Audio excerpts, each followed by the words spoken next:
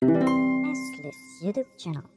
Selamat pagi, rekan-rekan semuanya. Saya Sabri Kurniadi dari tim BA Sam ISO ya.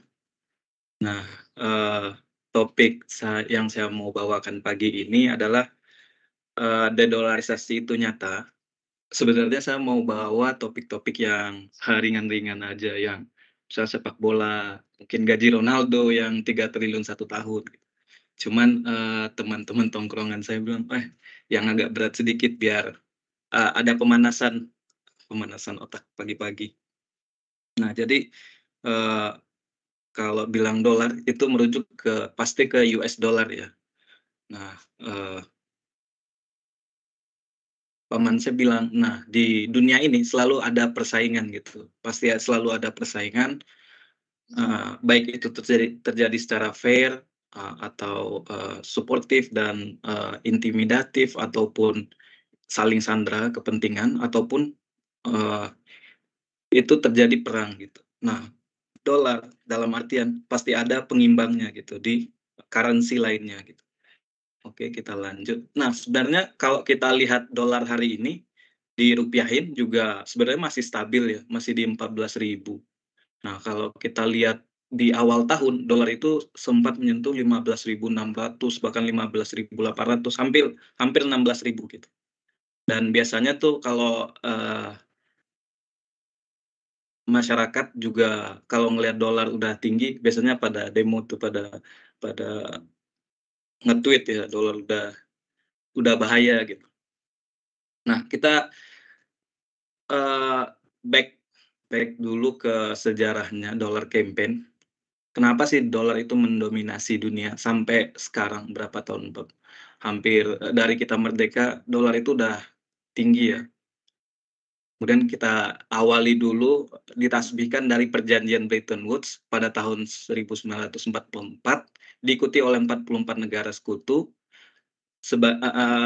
dolar itu sebagai mata uang cadangan dunia dengan backup emas, di mana nilai 1 ons emas itu setara dengan $35 gitu.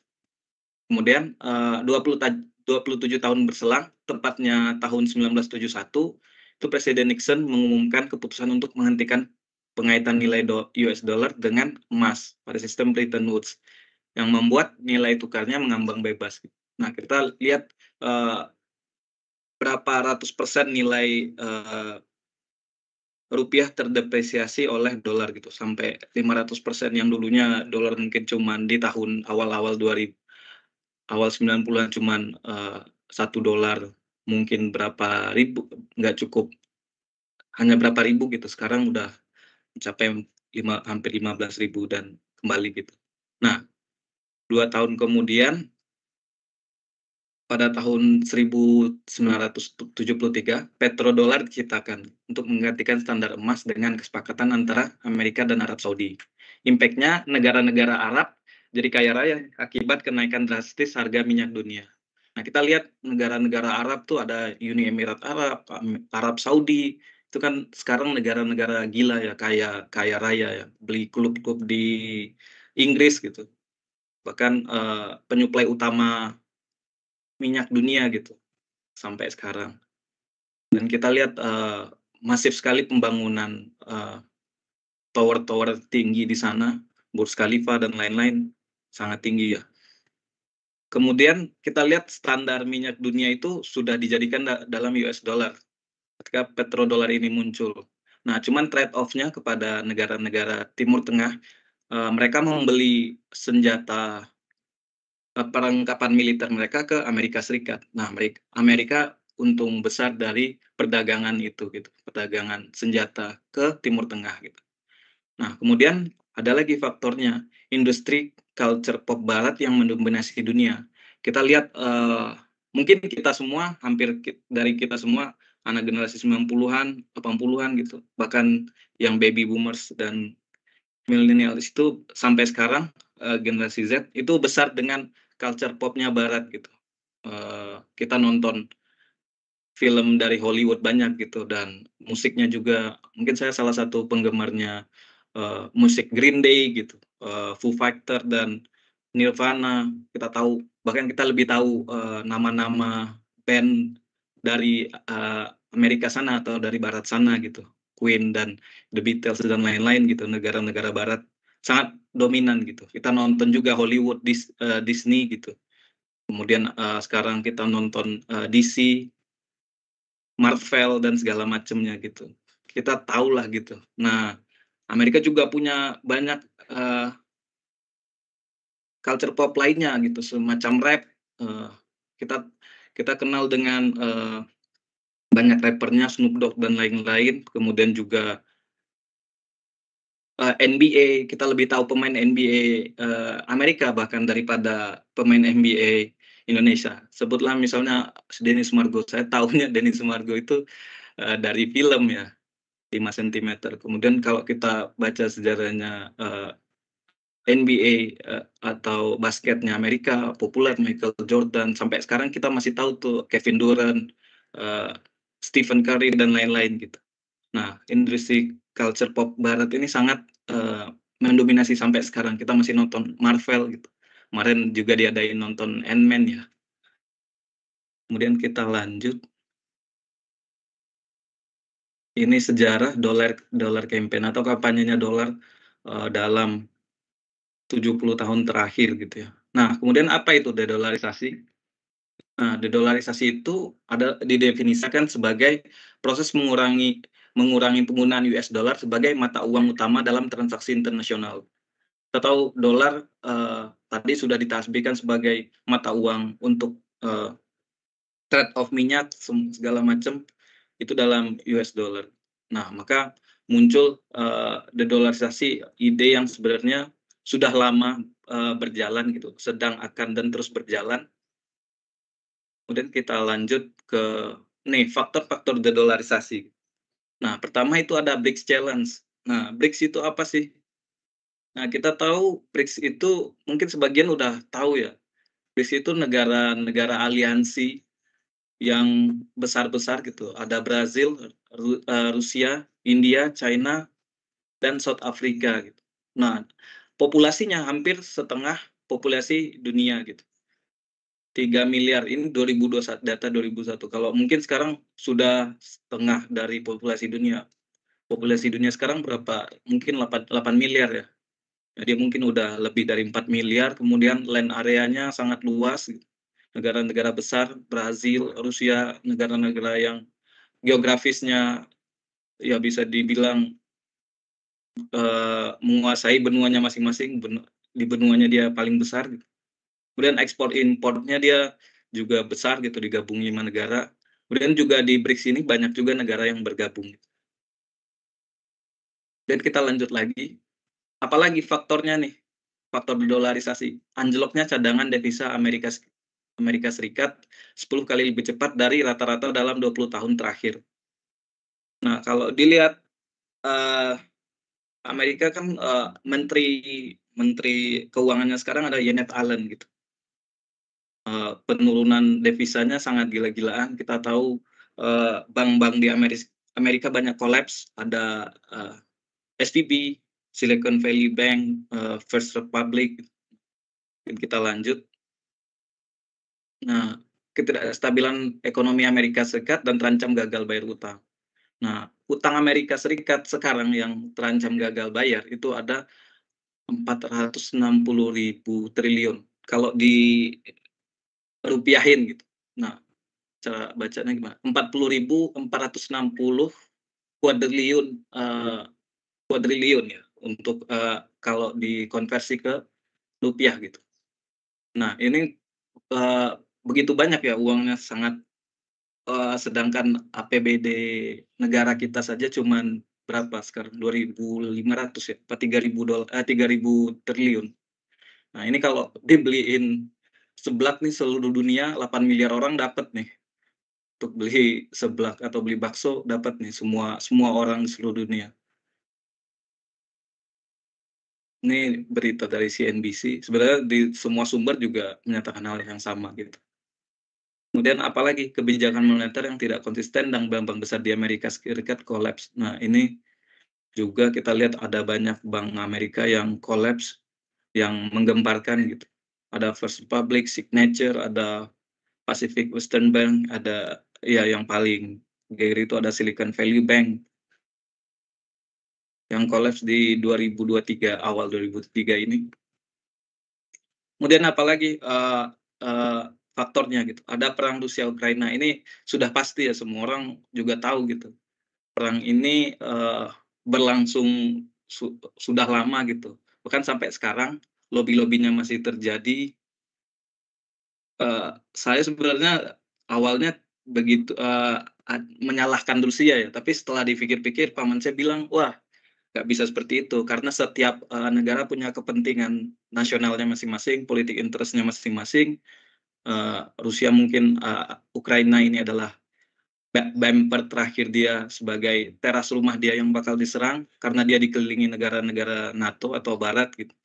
Jadi dia berusaha melindungi diri, dan kita nggak bisa menyalahkan sepenuhnya Rusia gitu dalam perang ini. Mungkin banyak faktor lah yang menyebabkan Rusia akhirnya melakukan agresi. Nah, perang itu mutlak gitu. Kemudian negara-negara yang merasa terkena dampak sanksi ekonomi dan politik Amerika Serikat alias embargo ya. Nah, ini cukup banyak negara-negaranya yang kena embargo ya. Ada Afghanistan yang baru-baru ini, ada Kuba, ada Iran dan lain-lain gitu. Itu juga menyebabkan mereka berpaling gitu dari dolar, dan kemudian berusaha pastinya cari alternatif lain, mungkin dengan yuan atau renminbi gitu. Kemudian kita lanjut ke Cina melahirkan Petro Yuan gitu pada 2018. Nah, perang dagang Amerika Cina itu sangat berpengaruh ya terhadap kedikdayaan dolar sampai saat ini gitu. Kita lihat di banyak negara Asia dan Amerika Selatan itu sudah pakai yuan gitu. Ini kerjasama antara Cina dengan Arab Saudi, kemitraannya sudah memakai yuan gitu. Nah, Argentina saja untuk impornya sudah memakai yuan daripada dolar itu sendiri gitu. Ini berita dari Reuters. Kemudian kita lihat bahkan yuan overtake gitu, melampaui currency yang digunakan antar lintas negara gitu. Dengan penggunaan itu hampir 48,4%, sedangkan dolar hanya 46,7% gitu. Sudah unggul gitu yuannya daripada dolar Amerika Serikat itu sendiri. Kemudian kalau kita tanya bagaimana Indonesia gitu, apakah Indonesia juga melakukan dolarisasi atau meninggalkan dolar dan beralih ke sistem LCT? Ini masih sangat iya. Oke. Nah, baru-baru ini Indonesia juga melakukan banyak kegiatan kerjasama ya bilateral itu dengan LCT, local currency transaction, dengan bank Korea gitu. Kemudian juga di ASEAN juga seperti itu. Nah, mungkin itu semua faktornya. Bagaimana menurut pendapat teman-teman? Apakah teman-teman mendukung dolarisasi di Indonesia atau lebih memilih petro-yuan dibandingkan petrodolar, atau teman-teman sekalian tidak peduli dengan fenomena ini? Mungkin sekian dari saya. Thank you. Oke, baik. Terima kasih Kak Sabri. Mungkin dari Kak Michael, gimana ada tanggapannya? Halo, iya. Suara saya masuk ya? Iya, Iya. masuk Kak. Oke. Kalau menurut saya sih, pertama dari materi ini dulu sih, menurut saya materi ini benar ya, berat juga dibawakan gitu. Karena kan ini membahas tentang ekonomi negara dan juga penggunaan dolar ya, yang merupakan standar dunia saat ini. Memang benar sih, saya juga sering banget lihat berita-berita ya.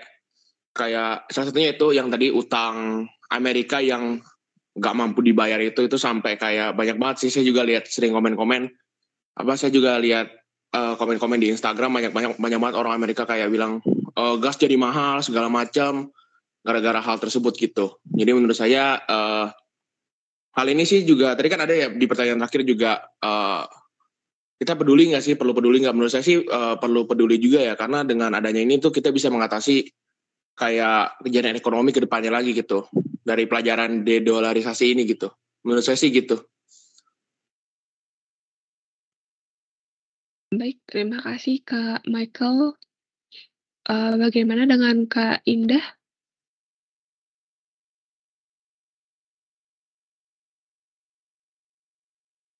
Halo, Kak Indah Mursyada Bahrina.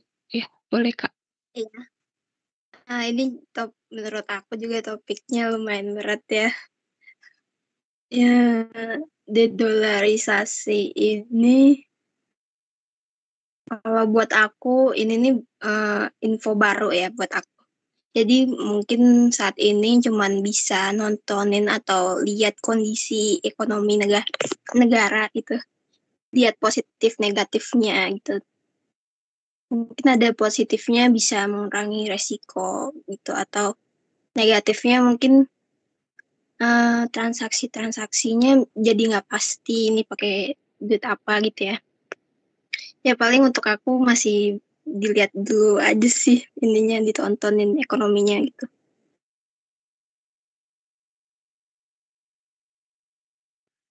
Oke, baik. Terima kasih Kak Indah. Bagaimana dengan Kak Madi? Oke. Paling sih jujurnya saya juga sama ya mungkin dengan si Mbak Indah ini ya. Dimana nih terkait konsep dedolarisasi ini bagi saya itu emang jujur itu baru ya bagi saya. Yang dimana ternyata pas abis dijalanin sama Mas Abri ini kayak wah menarik juga, ternyata tuh sekarang tuh kayak kita kayak mulai berpindah lah ya ngomongnya, dari yang dulu tuh kayak main currency itu kayak dolar, apa-apa dolar gitu kan, dan ternyata sekarang tuh bakal berubah jadi mungkin bisa jadi yuan kan, tadi terkait yang petro yuan tadi itu menarik, yang dimana kalau saya cek 1 yuan itu emang nggak semahal $1 lah ngomong gitu kan ya. Cuma again ini hal yang baru bagi saya, jadi mungkin saya nggak bisa terlalu kasih tanggapan yang lebih dari ini. Cuma terkait yang pertanyaan yang terakhir di slide-nya si Mas Abri, itu mendukung dedolarisasi, mungkin saya bisa dibilang mendukung gitu, karena ya biar nggak semuanya tuh terkait dengan Amerika. Tapi kalau antar petro-yuan dan petrodolar tergantung juga sih keunggulannya gimana, terutama untuk Indonesianya gitu. Kalau di mana nanti bisa lebih murah ya pasti petro-yuan gitu kan. Tapi kalau petrodolar tetap ya begini-begini aja kayak saya sekarang ya kan. Tapi kalau tidak peduli, mungkin sebelumnya saya bisa dibilang nggak terlalu peduli ya, karena emang ini baru. Tapi mungkin habis dari setelah ini mungkin saya bisa dibilang bakal cek-cek lebih lanjut sih. Kalau lebih gitu aja sih dari saya. Oke, baik. Terima kasih Kak Madi. Oke, dari teman-teman apakah ada yang ingin ditambahkan? Iya, saya menambahkan ya. Ya, boleh Pak. Nah ini menarik karena kita mengambil topik ya yang berat tadi ya. Tapi memang ini ekonomi makro ya. Jadi saya pikir kita perlu juga untuk aware dengan kondisi ini, di mana semua ini terkait ya dengan fenomena global ya. Nah memang kalau tadi teman-teman perhatikan ya dari sejarahnya, kenapa dolar mendominasi itu, ya situasinya akhirnya hari ini apa-apa tergantung Amerika gitu kan. Karena memang sudah banyak sekali catatan-catatan sejarah yang membuat dunia seperti ini gitu ya. Nah persoalannya ialah memang di saat satu hal tanda petik memonopoli ya, walaupun saya tidak bisa bilang ini monopoli secara bagaimana gitu ya, tapi akan ada efek yang mungkin tidak baik gitu ya. Mungkin untuk sebagian pihak itu akan kesulitan ya untuk dalam situasi tersebut. Nah, memang semua terkait dari ekonomi, kemudian apalagi ya, keamanan ya, pertahanan negara itu menjadi tidak bisa terlepas satu sama lain. Kenapa tadi coba balik ke slide ya, dikatakan faktor-faktor yang membuat dedolarisasi ini satunya ialah perang ya. Nah, karena urusannya ialah kalau dolar itu ekonomi, perang ya pertahanan, keamanan. Kok bisa nyambung gitu ya? Ya karena memang ekonomi itu juga sangat terkait erat gitu ya. dengan pertahanan negara, selain teknologi ya, selain persenjataan ya, ekonomi itu menjadi satu ya mungkin satu senjata pamungkas gitu ya, yang bisa digunakan oleh sebuah negara ya, bila dia mempunyai kekuatan yang cukup besar untuk bahkan tanda petik menguasai negara ya. Nah kita sudah sering baca lah ya, saya pikir teman-teman juga informasi sudah cukup memperoleh dengan cukup baik gitu ya. Bagaimana perang dagang, kita ngomong perang dagang Cina dengan Amerika itu juga ya perang dingin gitu ya. Itu juga terjadi dan menarik kita ikuti gitu ya. Banyak sekali hal yang bisa kita pelajari ya. Nah sekarang saya mau berangkat dari ini dulu ya, BRICS ya. Nah ini menarik karena Indonesia pun sudah melirik ya, dan kabarnya ya ini informal, nggak tahu benar nggak tahu enggak ya. Indonesia itu sudah mengajukan untuk bergabung gitu ya. Nah ini saya pikir saya pribadi sangat mendukung Indonesia itu harus gabung dengan BRICS ya. Kenapa? Karena bukan soal like dislike, tapi ini soal ekonomi gitu ya. Betapa kita ya kalau bergantung dolar begitu ya, terus fluktuasinya begitu, terus yang kita pun peg atau nyambung ke dolar ini ya Amerikanya demikian kondisinya ya. Ya kita juga jadi kerepotan ya. Fluktuasinya itu gila-gilaan. Sehingga kita memerlukan solusi atau alternatif lain ya. Kalau kita lihat kemarin info pertemuan ASEAN juga membahas ini ya. Single currency di ASEAN begitu. Kenapa ya ujung-ujungnya itu mau meninggalkan dolar begitu ya. Nah, kenapa BRICS saya juga mendukung? Karena BRICS itu tadi sudah ada ya paparannya, itu hampir 50% itu sudah istilahnya kalau bisa bergabung ke situ, setengah dari penguasaan dolar itu sudah hilang gitu ya. Karena itu anggotanya size-nya itu setengah begitu ya. Kalau sekarang dolar berapa? Tadi siapa yang membawakan? Sorry, Sabri ya. Iya, Ada datanya nggak? Dolar sekarang menguasai berapa persen? enggak. Ini. Dolar cuma 46%, sedangkan yuan sudah 48%. Oh, malah sudah ini ya. Sudah Iya, unggul. iya. Cuma sebelum Cina ini bergerak maju ini kan dominasi dolar ini berapa ya? Perlu kita jadi ini ya catatan sejarah juga ya. Dari berapa persen sekarang tinggal berapa persen begitu ya. Nah ini Ya, memang saya pikir ketika nanti Cina, kemudian tambahan lagi Brazil dan lain-lain itu masuk BRICS kan itu jadi kekuatan yang besar begitu. Dan tidak didominasi satu negara. Yang persoalan terbesar ini kan didominasi oleh satu negara gitu ya. Dolar itu sendiri gitu. Yang saya pikir teman-teman di finance, di marketing sangat erat terkait nih ya ketika kita mau jual barang ya, karena kita juga ada bisnis aviation ya. Betapa kita sangat was-was ketika kita harus transaksi dalam rupiah, tapi kita punya belanja itu atau pengeluaran itu dalam dolar ya. Bagaimana kalau nanti ujung-ujungnya kita mau realisasi itu currency-nya bermasalah ya, bisa meruginya gila-gilaan ya. Itu yang kita serem ya sebagai trader gitu ya, barang-barang import gitu, kita jualan, ada kondisi itu buat kami itu beban gitu ya, marketing. Itu beban sekali. Kita untung berapa? 10, 15%, 25% misalnya maksimal ya. Tapi kalau istilah fluktuasi currency itu bisa sampai bayangin aja ya. Kalau keadaan gonjang-ganjing bisa 30%, bahkan 40%, 50% ya. Itu serem ya soal currency itu. Sehingga kita memang sangat menunggu-nunggu situasi itu bahwa Indonesia itu bisa bertransaksi misalnya tanda petik dengan local currency begitu ya. Misalnya kita beli barang dari Cina, ya udah kita bayar dalam Indonesia ataupun rupiah ataupun yuan gitu ya. Itu yang membuat risiko, kan ini selalu kita bicara risiko ya. Risiko fluktuatifnya kurs itu menjadi rendah begitu. Ya sebenarnya kan nggak nyambung ya ketika kita transaksi ke satu negara, misalnya negara Cina, tapi harga kesepakatan dalam dolar, apa urusannya kan gitu ya kalau logika kasar gitu kan. Ngapain kita berkesepakat dalam satu mata uang yang sebenarnya nggak ada hubungan gitu ya. Kan enaknya kita ya pakai rupiah kita atau ya pakai mata uang si penjual. ya, itu menjadi ideal menurut saya gitu ya. Dibanding kita beli kemana, pakai kurs siapa gitu ya. Dan di sono gunjang-ganjing kursnya. Kita setengah mati gitu ya untuk memikirkan bagaimana risk mitigation-nya. Nah, kenapa pedagang ya tanda petik ya, penjual itu nggak suka situasi yang fluktuatif ya. Karena ujung-ujungnya cost. Bukannya kita tidak bisa untuk memitigasi risiko fluktuasi kurs, bukannya tidak bisa. Tapi kita harus keluar biaya ya untuk menahan tanda petik ya. Ada istilah di ilmu keuangan tuh hedging ya. Untuk memakai hedging itu cost gitu. Nah, kalau udah keluar cost nggak kompetitif ya. Nah, ini yang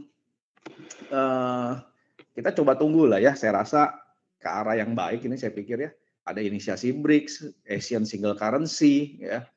Mudah-mudahan ini membuat solusi untuk kita semua ya. Dan mungkin ada beberapa yang saya pikir coba balik ke yang faktor-faktor sebab-sebab dedolarisasi ya. Mungkin seperti perang itu menurut saya bukan sebabnya, salah satu sebab dedolarisasi ya. Mungkin karena sudah dedolarisasi jadi ada perang. Ya, which ini memang debatable lah ya. Tapi kok saya melihat ya itu banyak hal yang ya kalau kita lihat di YouTube ya ulasan-ulasan tentang perang Rusia Ukraina ini kan memang campur tangan Amerika itu kan nggak bisa dibilang ini ya. Gimana kita melihatnya ya? Kadang-kadang yang memulai memang Rusia, tapi ada yang bilang Ukraina ini dengan sekutu bla bla bla gitu ya. Jadi mau memihak kemana juga sulit begitu ya. Tapi yang pasti kalau sisi kemanusiaan ya perang itu tidak boleh ada ya. Nah masalahnya kan memang kalau udah nyampur-nyampur begini ya ribet gitu ya. Sama seperti sejarah perjalanan dolar itu kan ujung-ujungnya juga urusannya ada perang juga di situ. Gitu. Ya, itu yang membuat akhirnya Eropa saat itu ya yang saya dengar sejarahnya terjadi permasalahan ekonomi ya kesulitan dan tanda petik Amerika menjadi pahlawan gitu sehingga mereka mau nggak mau untuk masuk ke situ ke dolar gitu. Ya. Nah kalau yang Rusia Ukraina ini saya nggak tahu apakah karena itu atau malah sebaliknya Amerika sudah merasa dunia ini mulai meninggalkan dolar sehingga ada inisiasi tertentu yang kita nggak tahu ya apa yang terjadi sesungguhnya begitu. Ya. Nah kemudian juga kalau kita mau belajar dari China ya, memang luar biasa menurut saya ya. Bagaimana mereka memakai strategi ya untuk bagaimana orang-orang bisa semakin tergantung ya. Kalau kita bilang kan dolar, seluruh dunia tergantung dengan dolar. Tapi bukan cuma dolar ya, teknologi coba. Apa enggak kita teknologi ini tergantung Amerika sekarang? Ya, apa yang kita nggak pakai di Amerika? Tapi perlahan-lahan mulai turun ketergantungannya ya.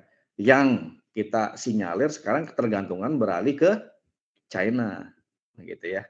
Nah, itulah yang mesti kita belajar bagaimana kita anak bangsa ini Indonesia bisa membuat negara lain tergantung sama kita.